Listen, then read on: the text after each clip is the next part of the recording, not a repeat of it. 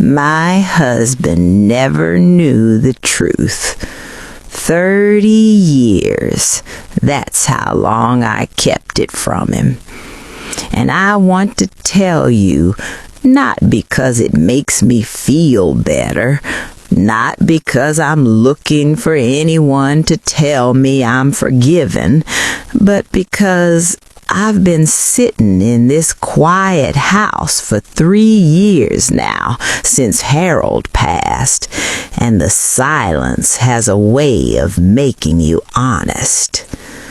I keep his photograph on the mantel, right there, next to the little ceramic rooster his mother gave us for our wedding. I never liked that rooster. Harold thought it was charming, said it had character. 37 years of marriage, and I never once moved that rooster. That's something, I suppose. He's smiling in the photograph, that wide, easy smile he had, the kind that made you feel like whatever you were worried about probably wasn't worth worrying about. I used to love that about him. Toward the end, it made me feel guilty in ways I couldn't explain. Funny thing about lies, they don't usually feel like lies when you start telling them. They feel like protection. They feel like the sensible choice. They feel like something that will sort itself out eventually. So why disturb the peace right now? Why say the hard thing when the easy thing is sitting right there in front of you? That's how mine started, anyway. Not with cruelty, not with selfishness, or at least not the kind I was willing to see at the time. It started with what I told myself was love. But this one followed me through an entire marriage, and I think it's time I said it out loud. I met Harold in the autumn of 1962. I was 23 years old, working as a secretary at a grain and feed company in Davenport, Iowa. Not glamorous, I know, but it was a steady job, and in those days, steady was the whole aspiration. Harold came in to sign some papers, something to do with his father's farm accounts. He was 26, tall, with dark hair that he kept meaning to get cut and never quite did. He wore a blue flannel shirt that had been washed so many times it was almost gray, and he held his hat in his hands the whole time he talked to my boss, turning it around and around like a wheel. I noticed him because he was polite, genuinely polite, not in that false salesman way. He said please and thank you and held the door for Mrs. Hendricks from billing, even though she hadn't asked and didn't particularly deserve it. He asked me to dinner 3 weeks later. I said yes. We married 18 months after that. People ask what made you choose someone, and I never quite know how to answer. Harold wasn't flashy. He wasn't full of grand gestures. He was steady, and I know that sounds like damning him with faint praise, but steady is not a small thing. Steady is what you want when life gets heavy. Steady is what holds. We rented a little apartment on Elmwood Street the first 2 years, 2 rooms and a kitchen that smelled of the previous tenant's cigarettes no matter how many times I scrubbed. Our bed was a hand-me-down from Harold's parents, and the springs squeaked so badly that we got the giggles the first few nights and couldn't sleep for laughing. We were happy. I want to say that clearly. Whatever comes next, we were genuinely happy. Harold was not a complicated man. He had opinions, certainly. He could argue about baseball until you wanted to throw yourself into the river. He was particular about his coffee. 2 sugars, a splash of cream, and if you handed it to him any other way, he'd drink it without saying a word, but you'd know. Lord, you'd know. We argued about money. Of course we did. What married couple doesn't? We argued about the right way to raise children, and then we argued when the raising didn't go the way either of us planned. Our son Dale went through a rough patch in his 20s that neither Harold nor I handled especially well. We argued about his sister Mary Ann living too far away and not calling enough. Small arguments, mostly, the kind you forget the content of but remember the feeling. But our marriage had something I've watched a lot of marriages lack. We trusted each other. That was the foundation of everything, and the thing I kept quietly chipping away at for 30 years without ever letting on. Harold trusted me completely. That was just how he was built. He wasn't naive. He wasn't a fool. He'd seen enough of people to know they were capable of meanness and smallness. But he chose to start with trust. He'd say, "Liz, I've never had cause to doubt you." And he'd mean it, and he'd smile that smile, and I'd feel the lie sitting somewhere between my ribs like a splinter I'd decided to stop trying to remove. It was 1967. Harold and I had been married 4 years. We had one child. Dale was 2, and we were saving to buy a house. Not a dream house, just a house, something with a yard and a furnace that worked. Harold was careful with money, methodical. He kept a little ledger, an actual paper ledger with columns, and he tracked every dollar that came in and went out. He wasn't controlling about it. He never made me feel like I had to account for myself, but he was organized and he liked things to add up. I was not careful with money. I want to be honest about this. I had grown up in a family where money was treated as something that came and went, and you didn't fuss too much either way. My mother was generous to a fault, and my father didn't really track where things went. Budgets made me anxious, not spending them, keeping them. In the spring of 1967, I made a mistake. I had taken over paying some of the household bills, the phone, the electric, the gas, because Harold was working long hours, and I thought I was helping. What I didn't understand, what I should have told him right away, was that I had let the electric bill fall behind. Not by intention, by distraction, by being a young mother with a toddler who moved like a small tornado and a husband who came home tired, and I kept thinking I'd sort it out next week, and then next week became the week after that. By June, we owed 3 months of electric. I covered it with money from the household fund, the account we were both putting into for the house. I pulled out what we needed, paid off the electric company, and I told Harold I'd moved some money around to get a better arrangement, which was true in the technical sense, in the sense that a half-truth can always find its technicality. He nodded and didn't question me. Why would he? I handled that side of things. He trusted me. That was the first lie, or the first real one, and I want to explain something about that moment. I didn't feel wicked. I felt relieved. I felt like I had fixed a problem without making a mess. I thought, well, I'll put it back quietly, and Harold will never have to know I slipped, and everything will be fine. Except it wasn't fine, because I did it again. Not right away. The next few years I was careful, kept everything in order, felt proud of myself even for getting straight again. But the habit had been set.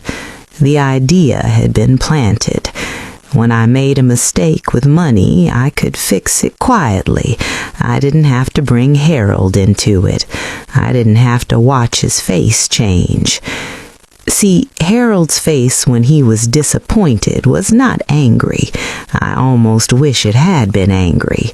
Anger you can argue back at. Harold's disappointment was quiet.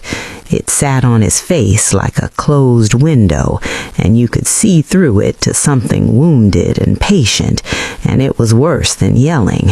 Yelling would have been easier to survive. Over the years, there were a few more times, nothing dramatic, no gambling debts, no hidden accounts, nothing of the kind. Just a coat I bought that I hadn't mentioned and hid the receipt for, a car repair I'd paid out of the wrong account and rebalanced without telling him, a loan I made to my sister Dorothy when she was in a pinch, $200, which was real money in 1972, that I replaced before he noticed it missing. Small things, each one small, each one, I told myself, below the threshold of things worth the trouble of confessing. What I didn't understand until much later is that the lies weren't really about the money. The money was just the surface. Underneath was something more uncomfortable. I was ashamed of how I was about money. Ashamed of the way I'd been raised, maybe. Ashamed that Harold had this careful, organized relationship with finances and I didn't. The lies weren't protecting him from the information.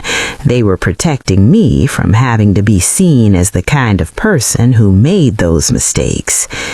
Isn't that a thing?